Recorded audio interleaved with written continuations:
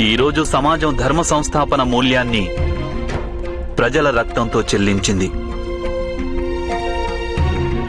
ఈ ధర్మ వినాశనం ఇప్పుడు సునాయాసంగా జరుగదు.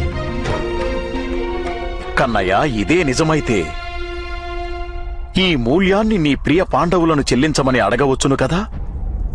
నీవు మాటిమాటికి వారికే ఎందుకు సహాయపడుతుంటావు? మీ ఆజ్ఞ ఏమిటో సెలవివ్వండి అగ్రజ. విజయానికై నీవు భీముడికి ఏ సంకేతమూ ఇవ్వకూడదు. దుర్యోధనుడి నిర్బలమైన అంగం గురించి ఎవరితోనూ చర్చించకూడదు. కన్నయ్య, యుద్ధం ముగియనుంది. నేనిప్పుడు కోరుకుంటున్నది ఒక్కటే.